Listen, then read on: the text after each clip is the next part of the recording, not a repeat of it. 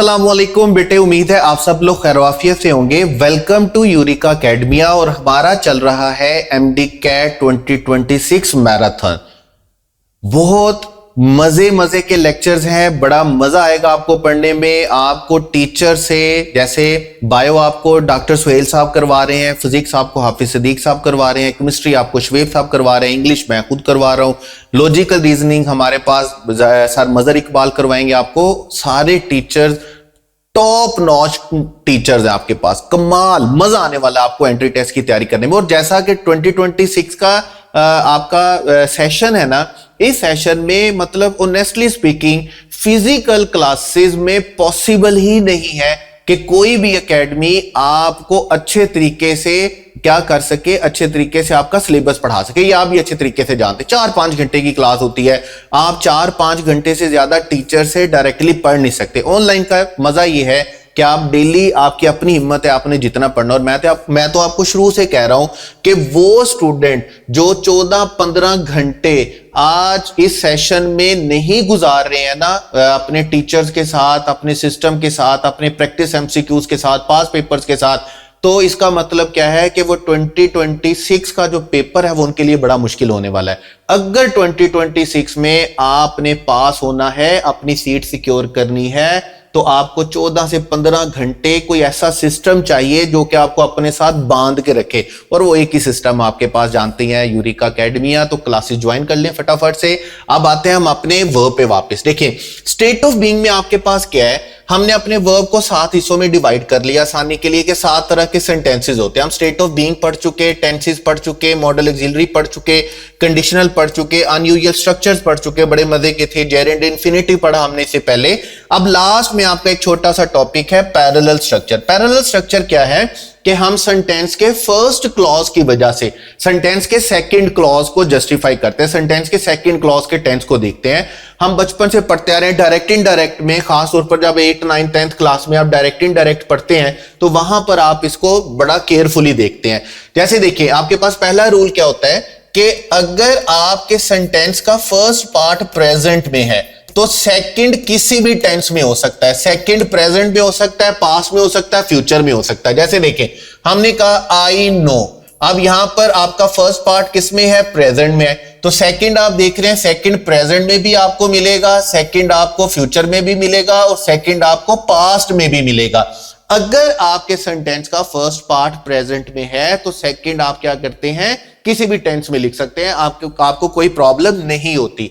लेकिन अगर आपके सेंटेंस का फर्स्ट पार्ट फ्यूचर में है तो सेकंड आप प्रेजेंट में तो लिख सकते हैं, आप पास्ट में तो लिख सकते हैं, लेकिन आप याद रखेंगे आप फ्यूचर में नहीं लिखेंगे। फ्यूचर में लिखेंगे तो हम इंग्लिश के रूल को वायलेट करेंगे कि आपने एक ही सेंटेंस की 2 क्लॉजेस को फ्यूचर में नहीं लिखना है। इसीलिए तो जब हम फ्यूचर कंडीशन लिख रहे होते हैं वहां पर हम बातें दोनों फ्यूचर की कर रहे होते हैं, लेकिन हम एक क्लॉज को प्रेजेंट इंडेफिनिट में ले जाते हैं और एक क्लॉज को हम फ्यूचर इंडेफिनिट में ले जाते हैं। तो यहां पर आप देखेंगे, अगर सेंटेंस का first part, first clause future में है तो सेकंड आपको प्रेजेंट में मिलेगा, पास्ट में मिलेगा। लेकिन अगर आप उसको फ्यूचर में लिखेंगे तो फ्यूचर में ये बात क्या होगी, गलत हो जाएगी। हम इंग्लिश में एक ही सेंटेंस की दोनों क्लॉजेस को फ्यूचर में नहीं लिखते हैं। उसके बाद आपके पास है थर्ड रूल। थर्ड रूल क्या है कि अगर सेंटेंस का फर्स्ट पार्ट पास्ट में है तो सेकंड ना तो प्रेजेंट हो सकता है ना फ्यूचर होगा, बल्कि सेकंड क्या होगा, पास्ट होगा। आपने पास्ट के बाद हमेशा क्या लिखना है, पास्ट लिखना है। आपको याद होगा जब आप डायरेक्ट इनडायरेक्ट पढ़ते थे, वैसे हम पढ़ने भी वाले हैं डायरेक्ट इनडायरेक्ट, इसके बाद हम एक्टिव वॉइस पैसिव वॉइस पढ़ने वाले हैं और देन उसके बाद हम डायरेक्ट इनडायरेक्ट पढ़ेंगे as per your PMDC syllabus. वहां पर हम देखेंगे, आप देखते हैं, आप जब पढ़ते हैं डायरेक्ट इनडायरेक्ट को, कि अगर सेंटेंस का फर्स्ट पार्ट प्रेजेंट या फ्यूचर में है तो सेकंड वन को आप चेंज नहीं करते थे, आप रिपोर्टेड स्पीच के टेंस को चेंज नहीं करते थे। लेकिन अगर रिपोर्टिंग स्पीच पास्ट में होती है तो फिर आप रिपोर्टेड स्पीच का टेंस चेंज करते हैं। बिल्कुल इसी तरह, क्योंकि अगर सेंटेंस का फर्स्ट पार्ट पास्ट में है तो second must be in past. जैसे यहां पर आप देखेंगे, यहां पर तीनों सेंटेंसेस का आपके पास क्या है, पास्ट में है फर्स्ट क्लॉज। तो जब आप सेकंड की बात करेंगे तो सेकंड आप वाज में लिखेंगे, और अगर आपने विल शैल लिखना है तो उसकी जगह पर आप वुड प्लस फर्स्ट फॉर्म लिखेंगे। अगर आपने हैज बीन हैव बीन लिखना है तो उसके लिए आप हैड बीन लिखेंगे। आप पास्ट के बाद पास्ट लिखेंगे, आप पास्ट के बाद प्रेजेंट या फ्यूचर नहीं लिख सकते। तो ये पहले 3 रूल्स जो है आपके पास पैरेलल स्ट्रक्चर के।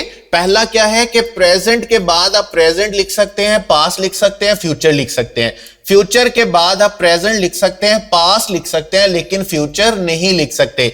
पास्ट के बाद आपने हमेशा क्या लिखना है, पास्ट लिखना है। लेकिन 2 कंडीशन ऐसी हैं, 2 सिचुएशन ऐसी हैं जहां पर आप पास्ट के बाद भी दूसरे टेंसेस लिखते हैं। जैसे हमारे पास अगर सेकंड क्लॉज में, सेकंड पार्ट में कोई यूनिवर्सल ट्रूथ लिखा हुआ है तो हम यूनिवर्सल ट्रूथ को कभी भी पास्ट में नहीं लिखते। आप जानते हैं कि यूनिवर्सल ट्रूथ जो होती है बात, वो हमेशा के लिए सच होती है, वो प्रेजेंट पास्ट फ्यूचर के लिए होती है, उनको हम टेंस बाउंड नहीं करते हैं, इसलिए यूनिवर्सल ट्रूथ हमेशा प्रेजेंट में लिखा जाता है। तो जब आप लिखेंगे ना ही सेड, अब सेंटेंस का फर्स्ट पार्ट किस में हो गया, पास्ट में, तो second must be in past हमारे रूल के मुताबिक। लेकिन जब हम लिखेंगे गॉड वाज वन, तो चूंकि ये यूनिवर्सल ट्रूथ है तो ये बात क्या होगी, गलत हो जाएगी। हमें क्या लिखना होगा, he said that God is one. और बीइंग मुस्लिम हम प्रेफर ये करेंगे कि हम वर्ड गॉड की जगह पर कौन सा वर्ड हमेशा यूज करें, अल्लाह अलमाइटी। मैंने जानबूझकर यहां पर गॉड का वर्ड यूज किया ताकि मैं आपको ये बात बता सकूं कि हमें अल्लाह अलमाइटी यूज करना है। आप there are plenty of reasons. हम गॉड का प्लूरल बना सकते हैं, अल्लाह का प्लूरल नहीं होता। गॉड का फेमिनन होता है, अल्लाह का फेमिनन नहीं होता। एक यूनिक वर्ड है और एक प्रॉपर कॉन्सेप्ट है। तो हम क्या करेंगे, अब देखिएगा, द टीचर टोल्ड, जब आप टोल्ड पास्ट में आ गया तो second must be in past, ठीक है। तो जब आप बोलेंगे सेकंड में यूनिवर्सल ट्रूथ, जैसे हमने कहा वाटर कीप्स इट्स लेवल, पानी जो है वो अपना लेवल बरकरार रखता है, अपने लेवल को, अपनी सतह को बरकरार रखता है, यूनिवर्सल ट्रूथ है, तो हम इसको पास्ट में नहीं लिखेंगे। अगर आपके सेंटेंस में फर्स्ट पार्ट पास्ट में है और सेकंड में आपके पास यूनिवर्सल ट्रूथ है, तो यूनिवर्सल ट्रूथ आपने याद रखना हमेशा किस में रहेगा, प्रेजेंट में रहेगा। उसके बाद अगर आप देन का वर्ड यूज करके 2 टाइम्स को, 2 सिचुएशंस को कंपेयर कर रहे हैं ना, तो फिर आप प्रेजेंट पास्ट के बाद प्रेजेंट भी लिख सकते हैं, पास्ट भी लिख सकते हैं, फ्यूचर भी लिख सकते हैं। जैसे आप देखेंगे यहां पर फर्स्ट सेंटेंस में रिस्पेक्टेड है, फर्स्ट पार्ट किस में आ गया, पास्ट में, और सेकंड भी किस में लिखा हुआ है, पास्ट में। हम 2 टाइम्स को कंपेयर कर रहे हैं, हम 2 सिचुएशंस को कंपेयर कर रहे हैं। इसी तरह she loved you more than she loves me, अब यहां पर हम पास्ट को किसके साथ कंपेयर कर रहे हैं, प्रेजेंट के साथ कंपेयर कर रहे हैं। हम पास्ट की किसी सिचुएशन को प्रेजेंट की सिचुएशन के साथ कंपेयर कर रहे हैं। तो हम देन जब यूज करते हैं तो हम पास्ट के बाद प्रेजेंट लिख सकते हैं। बिल्कुल इसी तरह I helped her more than I shall help my sister, अब हम यहां पर पास्ट की सिचुएशन को कंपेयर कर रहे हैं किसके साथ, फ्यूचर की सिचुएशन के साथ। तो याद रखिएगा, जब आपके सेंटेंस का फर्स्ट पार्ट पास्ट में होता है और आप देन यूज करके कुछ 2 टाइम की सिचुएशंस को कंपेयर कर रहे होते हैं, तो फिर आप इसके बाद प्रेजेंट भी लिख सकते हैं, पास्ट भी लिख सकते हैं और फ्यूचर भी लिख सकते हैं। तो हमारे पास अभी तक कितने पॉइंट्स बने हैं, 5। प्रेजेंट के बाद कोई भी टेंस हो सकता है, फ्यूचर के बाद फ्यूचर नहीं होगा, प्रेजेंट और पास्ट हो सकता है, पास्ट के बाद हमेशा पास्ट होगा, लेकिन अगर पास्ट के बाद यूनिवर्सल ट्रूथ है तो प्रेजेंट रहेगा। और अगर आप पास्ट के साथ देन यूज करके 2 टाइम्स को कंपेयर कर रहे हैं, 2 सिचुएशंस को कंपेयर कर रहे हैं, तो फिर आप उसके बाद प्रेजेंट, पास्ट या फ्यूचर लिख सकते हैं। उसके बाद देखें, अगर सेंटेंस का फर्स्ट पार्ट प्रेजेंट में है या फ्यूचर में है, तो आपने याद रखना है, जब मैंने आपको मॉडल एक्सिलरी पढ़ाए थे ना, तो मैंने आपको मॉडल एक्सिलरी में कैटेगोरिकली बताया था कि आपके पास जो कैन और मे होता है ये प्रेजेंट फॉर्म्स होती हैं। कैन की पास्ट फॉर्म आपके पास क्या होती है, कुड होती है, और मे की प्रेजेंट फॉर्म आपके पास क्या होती है, माइट होती है। तो इस बात का आपने ख्याल रखना है कि अगर आप प्रेजेंट या फ्यूचर लिख रहे हैं तो आपको क्या लिखना है, कैन और मे, और अगर आप पास्ट लिख रहे हैं तो आपको क्या लिखना है, कुड और माइट लिखना है। जैसे यहां पर प्रेजेंट के बाद आप क्या लिखेंगे, कैन लिखेंगे। वैसे तो प्रेजेंट के बाद कुड भी लिख दें तो हमें कोई गलती नहीं है, क्योंकि हम प्रेजेंट के बाद कोई भी टेंस लिख सकते हैं। खास ख्याल हमने तब रखना है जब हमारे सेंटेंस का फर्स्ट पार्ट पास्ट में चला जाए। इसी तरह यहां पर प्रेजेंट आ गया, हैज टू गो आ गया, हम इसको हैड टू गो भी लिख सकते हैं, प्रेजेंट के बाद तो कोई भी टेंस अलाउ है। इसी तरह सेज आ गया तो हम पेशेंट हैज टू की बजाय हैड टू भी लिख सकते हैं। लेकिन अगर सेंटेंस का फर्स्ट क्लॉज पास्ट में आ गया तो फिर हम सेकंड क्लॉज को पास्ट के अलावा किसी दूसरे में नहीं लिख सकते। हम यहां पर कुड की जगह पर कैन नहीं लिख सकते, हम यहां पर हैड की जगह पर हैज हैव नहीं लिख सकते, हम यहां पर मे नहीं लिख सकते, बल्कि हमें क्या लिखना होगा, माइट लिखना होगा। तो मॉडल ऑक्सिलरी के लिए आपने याद रखना है कि प्रेजेंट के मॉडल ऑक्सिलरी आपके पास कौन से होते हैं, कैन होता है, आपके पास मे होता है, आपके पास विल शैल होते हैं, या आपके पास हैज और हैव होते हैं। लेकिन पास्ट में आप क्या करते हैं कि पास्ट में आप कैन को रिप्लेस कर देते हैं बेटे किसके साथ, कुड के साथ, मे को कर देते हैं आप किसके साथ, माइट के साथ, और हैज हैव को बेटे किसके साथ कर देते हैं, हैड के साथ। उसके बाद हमारे पास क्या, देखें आपके पास बड़ा ही इंपॉर्टेंट रूल है नो सूनर का, बड़ा इंपॉर्टेंट रूल है नो सूनर। जहां पर भी आपके सेंटेंस के स्टार्ट में नो सूनर आ जाए तो आपने 3-4 बातों का ख्याल रखना है। नंबर 1 याद रखिएगा कि नो सूनर के फौरन बाद इन्वर्जन लिखा जाता है। इन्वर्जन का मतलब क्या है कि आपने पहले हेल्पिंग वर्ब लिखना है और उसके बाद आपने क्या लिखना है, सब्जेक्ट लिखना है। उसकी रीजन क्या है, क्योंकि नो सूनर एक नेगेटिव एक्सप्रेशन है, तो हम इसके लिए नेगेटिव स्टार्टर है, तो इसलिए हम क्या कर देंगे, हम नो सूनर के बाद इन्वर्जन लिखेंगे। आप इन्वर्जन मतलब नो सूनर के बाद पहले हेल्पिंग वर्ब आएगा और हेल्पिंग वर्ब के बाद सब्जेक्ट आएगा। नंबर 2 आपने याद रखना है कि जहां पर भी नो सूनर से आपका सेंटेंस स्टार्ट होगा, नो सूनर के साथ आपने जिस वर्ड को लाजमी सेंटेंस में शामिल करना है वो वर्ड आपके पास बेटे कौन सा है, देन। जब तक आप कोरिलेटिव नहीं बनाते हैं नो सूनर का देन के साथ, तब तक याद रखिएगा आपका सेंटेंस करेक्ट नहीं होगा। नंबर 3 आपने याद रखना है, नो सूनर के साथ आपने टेंस कौन सा यूज करना है, पास्ट परफेक्ट, लेकिन देन के बाद आपने क्या यूज करना है, पास्ट इंडेफिनिट। ठीक है, ये 4 बातें आपने नो सूनर के लिए याद रखी। और ये 4 बातों का मतलब क्या है कि नो सूनर के सेंटेंस को इन 4 में से कोई भी एक पॉइंट जो है वो क्वेश्चन बनाकर आपको दिया जा सकता है। अब जरा एग्जांपल को देख लीजिएगा। अब नो सूनर आ गया तो नो सूनर के बाद हमने क्या करना है, हमने इन्वर्जन लिखनी है। और आप देख रहे होंगे यहां पर तीनों सेंटेंसेस में क्या लिखा हुआ है, हैड पहले लिखा हुआ है और सब्जेक्ट कहां पर लिखा हुआ है, बाद में लिखा हुआ है। और हैड के साथ आपको पता ही है कि हमने हैड के साथ वर्ब की कौन सी फॉर्म लिखनी होती है, थर्ड फॉर्म लिखनी होती है। फिर मैंने आपको क्या बताया कि आपने क्या लिखना है जी, देन लिखना है। आप देख रहे हैं तीनों सेंटेंसेस में क्या लिखा हुआ है, देन लिखा हुआ है। फिर मैंने आपको क्या बताया कि आपने देन के बाद वाले क्लॉज को किस में ट्रांसलेट करना है, पास्ट इंडेफिनिट में। और यहां पर आप देख रहे होंगे द टेलीफोन रैंग, यहां पर आप देख रहे होंगे there was a loud knock, यानी कि वाज किस में आ गया, सिंपल पास्ट में आ गया। इट स्टार्टेड रेनिंग, और स्टार्टेड भी किस में आ गया, पास्ट में आ गया।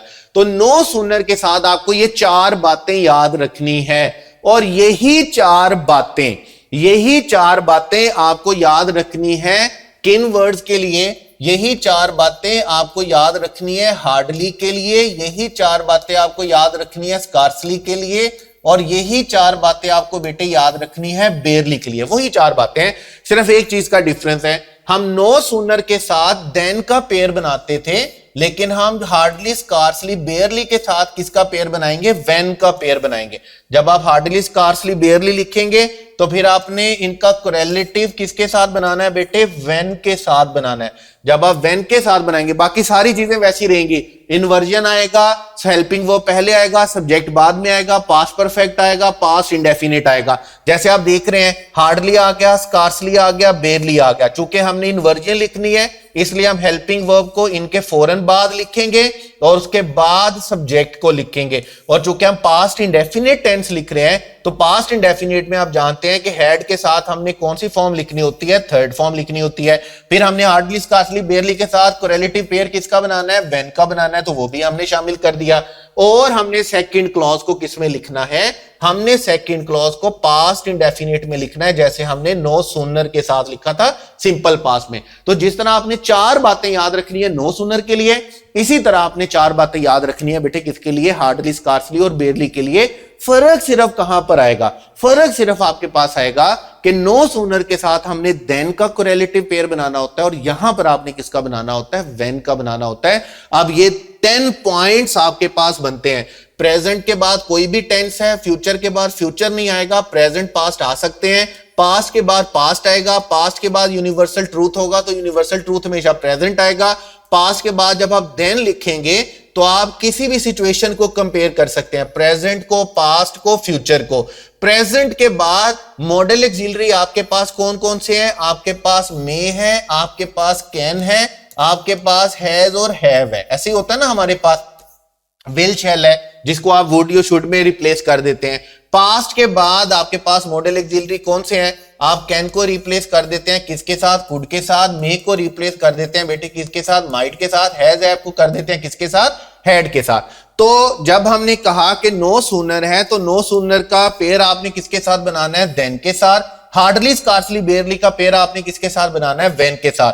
यहां पर पास्ट इंडेफिनिट भी आ सकता है। हाँ, अब ये भी रूल याद रखिएगा कि नो सूनर में आप पास्ट इंडेफिनिट भी लिख सकते हैं फर्स्ट क्लॉज के लिए, इसी तरह हार्डली, स्कार्सली, बेयरली में भी है। लेकिन सेकंड क्लॉज हमेशा किस में रहेगी, पास्ट इंडेफिनिट में रहेगी।